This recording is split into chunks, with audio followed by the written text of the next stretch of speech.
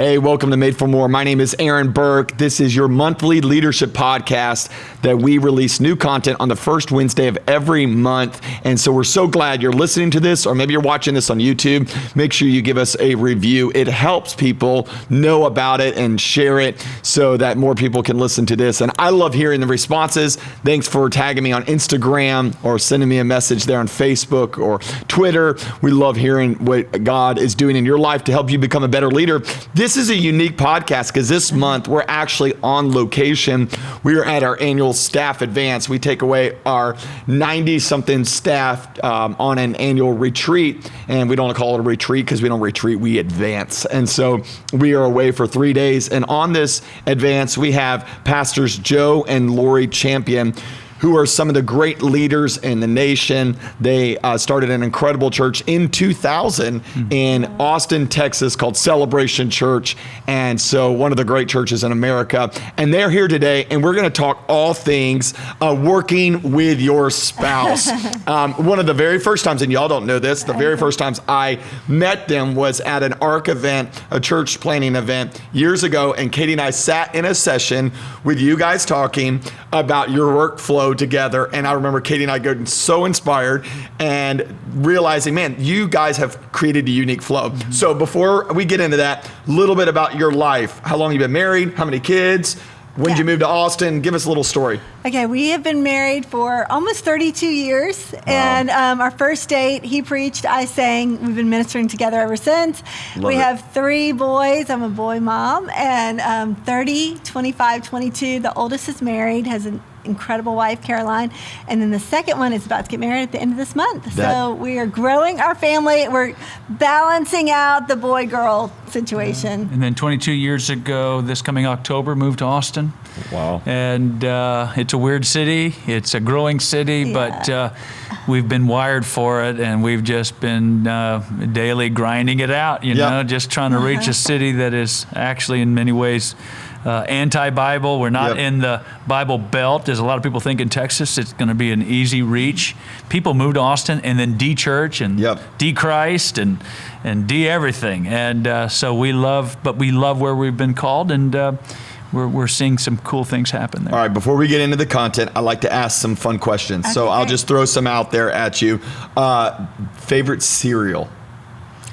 Captain Crunch. Captain Crunch. What about you, Lori? Lucky Charms. Lucky Charms. Very good. Okay. Here's a question that is a little bit controversial. If you had to eliminate a fast food restaurant off the face of the planet to do a service to the rest of the world, like nobody has to eat there ever again, what would you eliminate? Jack in the Box. Jack in the Box. Now, people in Florida don't know Jack in the Box, but if you're in Louisiana, Texas, you know Jack in the Box. Why Jack in the Box? It's already been eliminated in Florida. See, that's why we're here. Yeah, Jack's has also got some interesting commercials. They're like GoDaddy advertisements, man. Really? They're like hardcore. Like, get a burger and a girl. I mean, so I would agree with that. Some guys are like, no, that's a great place. For me, what would we attack in the form of fast food restaurants? I guess the only thing I can think of is Wendy's. I think they should just go into the ice cream business. I haven't been to one in 10 years, so just do the Frosties. The Frosties are really good. You haven't been to Wendy's recently. No, I have not. It's upped its game a little bit. Not to give it but a I like shout Wendy's. They're good people. That is awesome. All right, last, any good show that you've just binge watched, y'all go, this is our show. Maybe something we do. Lori loves Tiger King. Tiger King. No, I did not watch LSU Tigers. She thought it was an LSU Tiger program. Yes. But any shows, we love all things British. We love all things in that genre, BBC. We loved Endeavour, which was one of the shows. It's like a mystery crime drama. Oh, very fun. We like British. We love anything. I haven't got into the British shows. I will have to figure those out. You got to have you got to have a different side though. You got to channel your intellectual side. Well, Joe, you're such a manly man to hear that you're into the British. Actually, I have a minor in theater, and that shocks people. So I love all things like that. He's a Renaissance I love man. theater. I love live. So anyway. All right. Well, we are talking all things working with your spouse. So you started the church. Let's start at the early early days? What was the flow of you guys? Because this is a dream y'all both had, Yes. both called into ministry. That's There's people listening. They're both starting this Yeah. business. Yeah. They're both starting some ministry. They're both starting a nonprofit. How did it start with y'all? Well, we had for 10 years been in ministry. We were married, and as Yeah. Lori said, our first date was she sang, I preached. And then our first several years of ministry, and really for the first 10, we didn't work together. I senior pastored a church Yep. Yeah. where they were not at all wanting to have Lori involved or me to even talk to Lori after the day. After meetings, yeah, yeah. they didn't want me to go, you tell your wife too much. You tell your wife what's going on. Wow. And I said, well, who am I supposed to talk to? Yeah. Because I don't like you and I need somebody. So there was some actual interesting things that happened in the past that we could see really clearly that God was trying to, he wanted us to be together, but we also saw where there was a real attack upon us doing ministry, doing business together, and we actually complement. We love working together. Yeah. And so it started off like that, and then we moved to Austin. The good news is we both had the word that we were to move to Austin, plant a church. And I think that's a priority because a lot of people do get in the ministry or they go into that business and the spouse, one of them is like, I don't want to do Yeah. this, Right. or this is something I don't feel called to do. And boy, Yeah. you both have to be in it, especially in the early days. Yes.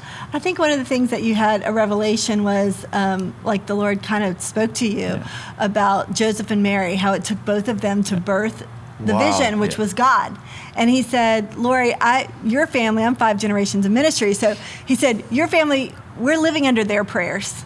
We're going Wow. to reap a harvest because of what they prayed. And so he said, I think that God's uniquely gifted us, and it's time for you to come out from behind the scenes ministry to lead alongside me. And we're gifted very differently. I mean, Joe's the lead visionary communicator. I'm the lead strategy implementer. My background is more business marketing background. And so we just realized what our gifts were. Now, we didn't start with a launch team, so it was just us and 3 kids that did not help at all. Yeah. And so it was all hands on deck. We were doing anything and everything. We were leading worship together. I'd get off the piano and he'd start preaching, and I'd take all the kids to the next room and do kids ministry. And so we did a lot of things outside of our strength zone at that time. But now, all these years later, we're able to, we have a great team that surrounds us, but we're really able to complement each other. And 1 puts 1,000 to flight, 2 puts 10,000 to flight. I think when you're running individually in your calling, that Right. there's just the favor of the Lord, and there's an exponential result out of that. I love that. Let's go back to the early days, because what you said was so crucial. That's at the early days, it's just kind of all hands on deck. Yeah. And what I find sometimes when people get into business together, start the church together, they try to define the roles real early. Right. So y'all didn't do that. No, it was Okay. very No. organic. No. Very Like, organic. yes. Nobody's given up more roles than we have. Like, Right. as Lori has been the kids director, she's been the music director. She was the Youth the dir- I mean, comm we had director, youth- the youth yeah, director. everything. Well, we give these things up, and there's just nothing that we don't are not willing to do. Yeah. And as it was with you planning a church, we yeah. set up the chairs at Yeah. 4 a.m. I'm rolling out of Yeah. my garage with a trailer. Me and Albert, when we started the church. And when you read books about Michael Dell and some of the other guys that have started companies, especially we know his story in Austin. And he said there was just not a day that he did not have to engage. Right. And he said, anybody that's planning a business or planning a church, he said, if you think this is going to be easy and you can do it part-time, but you also have to be flexible. Yes. So we'll say, blessed are the flexible, for they shall remain standing. Yes. So there were a lot of Sundays in a room like this conference room that Right. could be a wedding the night before Right. happening. Yeah. We'd have to come in and get the beer and get the champagne. Half my launch team was drinking the beer and the champagne. But we were willing and able to do whatever was Right. necessary. Yeah. And we have to flow like that. Was it hard for you, Lori, to not have it as a defined role at the beginning, or have clarity, or you were just always kind of, I'll roll with the punches? I think because I come from a family of church planners, I knew what I was in for. That's why Yeah. when the Lord spoke to us to plan, I was like, oh no, you know? Yeah. Like we had 54 in our first Sunday. I didn't think that was bad. Right. You know, we didn't have social media to compare to other people. I was like, Absolutely. oh my gosh, my parents took 5 years to have 54 people. So my expectations were not so big that they were unreachable. In fact, God has done above and beyond what we ever even dreamed of. Right. And so I was willing to do that and for the long haul. And it's been awesome that God has over time. I was just talking to a young woman on your staff, and I think that we're so in the moment, we're so quick, and in your 20s, you think, gosh, if God doesn't do something by the time I'm 25, if I'm not in that perfect position. And I was like, it was a walk. It was very organic, Right. especially for women. You have to multitask a bit more. And so you're sometimes being a mom as well, and, doing all these different roles. And so for me, it was great because God was developing me in those times. Right. It seemed so long then, and you look back and it's a blink. It's like, that wasn't so bad. Right. And this is what I learned for the next season, in that season. Yeah. How did y'all balance in those early days? So you're working together, you're working in the church, plus you're raising three boys. young boys. When we planted, they were 8, 4, and 8 not even a months, year. Yeah, 8 months. How do you navigate that? Yeah. It was hard. And we didn't know anybody. Yeah. Right. I mean, we literally did not know anybody in our city. And so we immediately met everybody we met. We invited over to eat and would share the vision and that kind of thing. But we immediately had to just develop family friends, and God provided for us. I mean, I remember one time though hiring a neighbor girl just so I could take a nap because we were so exhausted. And if we look back, it didn't look that good. We put our kids in front of the TV too much, Yeah. like We didn't have devices, but they had a console. Sure. There were too many late nights or picking them up from school and then taking them straight to the office where they'd, sit there and try to play and Legos or whatever. But it didn't last forever. Right. And we knew that we had to just dig in and have tunnel vision about it right then. And then God would bring people around us, and he brought some great people around us. And there are things that we couldn't do, like keep a house spotless. Right. Yeah. Right. Like, in other words, yes, we all love the Chip and Joanna stories and the pictures of great homes, and Right. they look awesome. But when you're in a church planting phase, especially with 3 little boys, and you don't know anybody, my mother said to me one day, and I don't come from a church background. They were for us, and they were wonderful, but they don't get it. They were just wondering, Right. how do you plant a church? Aren't those for the apostles and the Pope? And so one day my mom's visiting us in Austin. She says, Easter week. Yeah, It was Easter week. So yeah. this is the big Right, week. We're right. gonna hit 70 this week. And my mother says, Joe, and my mother was a great housekeeper and homemaker, if you want to call her that, but she was. And she says, Joe, Lori's not teaching the boys how to keep a clean house.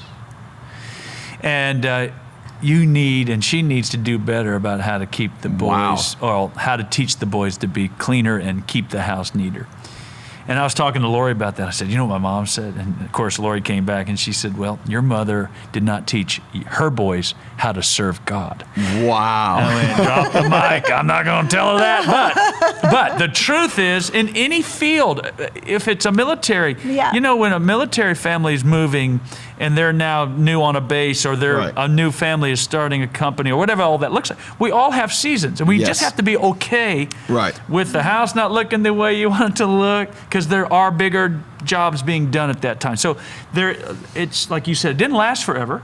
Mm-hmm. And but at the same time, it wasn't easy, but it was fun, and it engaged the kids. And to this day, our boys are our biggest fans of the church. They love the church. They love. Yeah. We engage them in the process, and we also let them enjoy the fruits of our labor. We made sure we did good trips. We would try to go as much as we can to places that we could afford, which was Six Flags for the first 10 years. Sure. And they never want to visit anything with a flag again.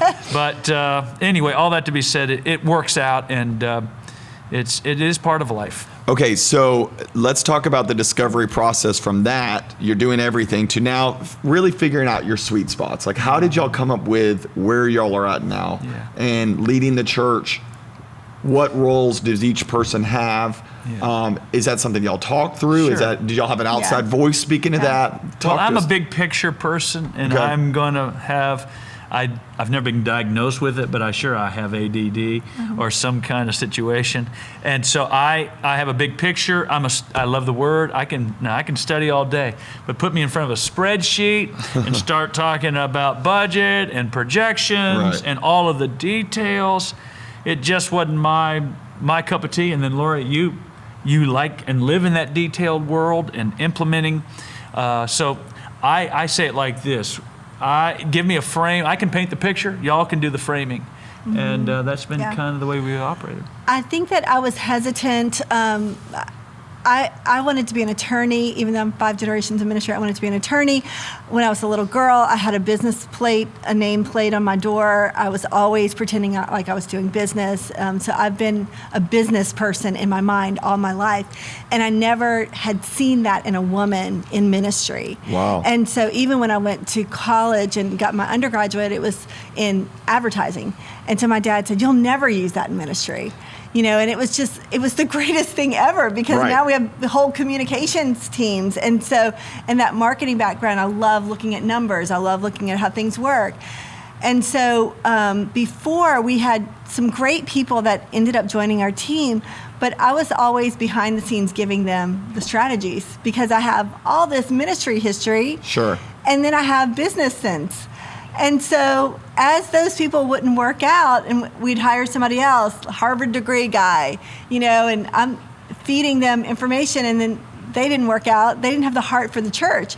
And Joe said, "Laura, you're not just the best woman for the job, you're the best leader for this job." Wow. And so you need to just own it and step into it. I think it's really important, because you really called that out in her and celebrated that in her. Yes, and that's a key. The word celebrate. We've never competed, but completed each other. Yeah. We do know situations, and it's just partly, and it's part of the journey for a lot of people, is that there's a competition, and one's threatened by the strength of another. There's that little line when Joseph and Mary, and that even the birthing of Christ, if you will. God said to Joseph, "Do not be afraid to take Mary." In other words, don't be afraid to link. Don't be afraid to merge. Don't be afraid. In other words, this is of me. And so we are very aware.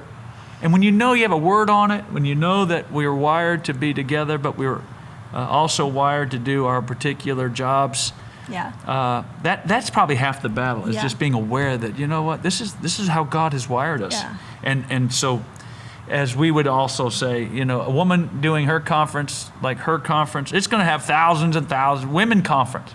Guys, quit trying to compete against your wife if you're a church trying to do the same kind of conference. It ain't going to work. They just are always going to have a better conference.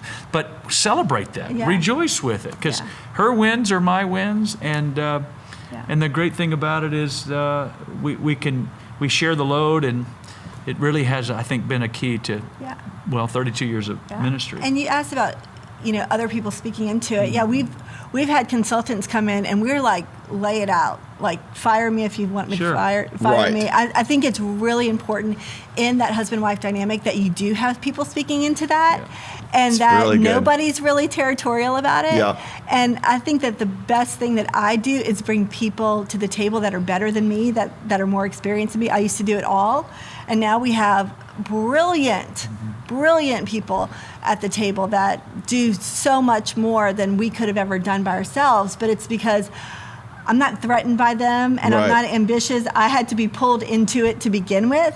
And so I think that we have, we talk to a lot of husband and wife couples that are doing ministry together. And if we are like holding on, we have a grip on something that we're just passionate about, it's going to hijack the church. Right. Unless God has uniquely gifted and called you to it. I mean, it can be a nepotism situation unless you're really called to it and you fulfill the role that you're called to fulfill. Like I was just telling somebody, as an executive director, pastor, there's a lot of things that I can't take home to my husband. He's a senior pastor. I have to work it out. Right. If I take it home to Joe, first of all, it's burdens that he doesn't need to walk through until it's handled. But secondly, he's going to pick up the phone and deal with it himself. Right.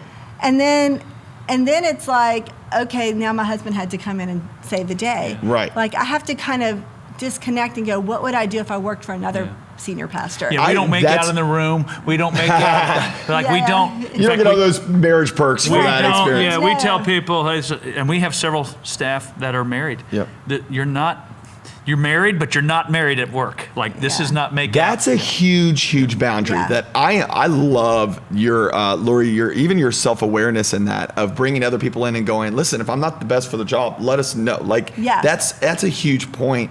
And what I'm hearing is for years you were kind of the behind the scenes engine of it all.